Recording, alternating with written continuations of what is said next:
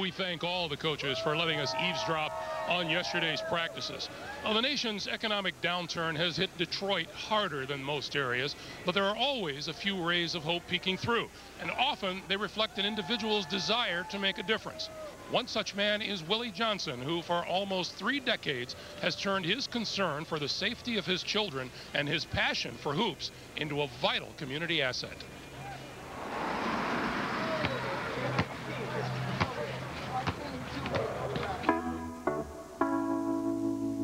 I love basketball. I love the game of basketball. It brings people together. You're learning how to play with individuals who you didn't grow up with. And it's like, hey, you know, I know you from Mr. Johnson's court. This has been a jewel of this community for a long time, before any recognition was given, before any of this came. My wife and I sit down 28 years ago and had a conversation about what can we do to make sure that our children have a safe environment. We built a little goal on the back of the garage. And we got bigger, and that became too small. I said, Daddy, why don't you push it out just a little bit more? So he made it to a half court. He kept constantly expanding. And somebody would always put in my ear, man, you might as well just go ahead and ask your pops to push it all the way back, push it all the way back. My father built it not just for me, it was for the neighborhood. We wanted to play at Mr. Johnson's. It was just fun, you know, a place to go to hang out. All day long, we played until we just had no more energy, and we went home. It's a place not just of sanctuary, but a place that's special, a place that's different. This was the hub of safety. Kept me away from a lot of things, a lot of negative things. That court saved a lot of people's lives. You know, this is still the inner city. It's going to be trouble everywhere you go. You make a wrong decision, it's an issue. No child is born bad. That person just needs special attention. Come on, fella. Let's see what you can do. Willie really cares about it. I think that is really the key. If they feel that you really love them, they will work hard to show you that they can be all they can be. He's someone that these young people can turn to and know that he cares about them. For us, you know, Mr. Johnson, you know, wasn't just a guy who, you know, we played basketball at his house and grew up with his son. I mean, he was a father figure to us. They kind of want to be disciplined, and believe me, he delivers that. Everyone back here is aware of the Johnson full court rules. The rules.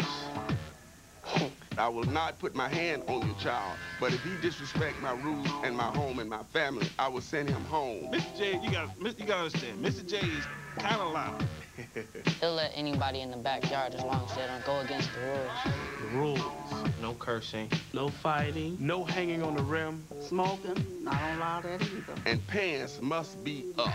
You don't want to see your underwear. Basically, respect his house. You have to abide by his rules, or you go home. You have to do well in school. He checks report cards at every market. Nick is one of my best students back here. He carries a grade average of what? 3.4.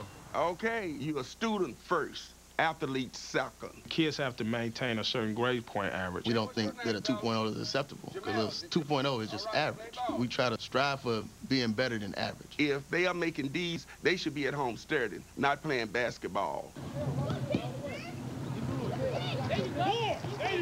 Okay, that'll be $2. I have been selling peanuts for 25 years, and I do this because it helps me with the cost. I guess Mr. Johnson felt like, hey, if I'm gonna stand on this corner, I might as well make some money. I find very few people that do not like peanuts. What you want? You want walnuts? You want pecans? Did you want some peanuts, Aaron? If you didn't know him by name, you knew he was the peanut man. 2 bags of peanuts. Willie from Louisiana. Peanuts are something that he always grew up on. The reason he does it is to help, I guess, with the upkeep of the court. It helps for the cost. He's came out his pocket for over 28 years. You know, that's unheard of. I was spending something like $5,000 or $6,000 or $7,000 a year. He hasn't even gotten the financial support to just make this run until recent. Thank you. Once my father built my full court, he told me one day the Pistons gonna come back here and play with you. The Pistons do not come into individuals' backyard and play ball, but they came to the Johnsons. And the kids still can't believe it happened. The Pistons donated the court that's out there now. My jaw hit the floor. I was like, are you serious? Wow, Mr. J, you big time now. What we gonna do about this? To actually see them guys get off the buses and to see the crowd It's a very professional court, which we hope someday President Obama will step on the court, because it's a court that's fit for a president. I said, Pop, if you do that, then you really a miracle worker. Sweet. That would be cool. It can happen. Obama love basketball. Mr. President, I could be wrong, but I believe the Johnson family is saying you've got next. We'll see. Willie Johnson joins us now. Okay. You've been doing this day after day, year after year. What makes you do this? I do this because I get so much pleasure out of it. My wife and I, we get re-energized when we see those young faces and the smiles on their faces. You know, it's amazing. And well, first of all, I want to say thank you on behalf of all the young people in the inner cities around America. There are a lot of wonderful stories like you that happen every day. And talk about the other aspects of it, how positively it affects your community by providing a safe haven for these young men and women to go out and utilize that energy. Well, the thing of it is, I went to my neighbors and asked permission, and not one of them turned me down. And they came together and helped me make this work, and I could not make it work without them. Because these children, you show them a little love, they will respond back positive. Well, you know, these guys had questions for you, but I want some peanuts. I got a couple of singles. What do you got? I'm awfully hungry. Yes, these peanuts come from Georgia, the great state of Georgia. Yes. Everybody around here will buy some for you, Willie. Yeah, okay? I think I'm going to have to get a set as well. Thanks very much. Congratulations to you.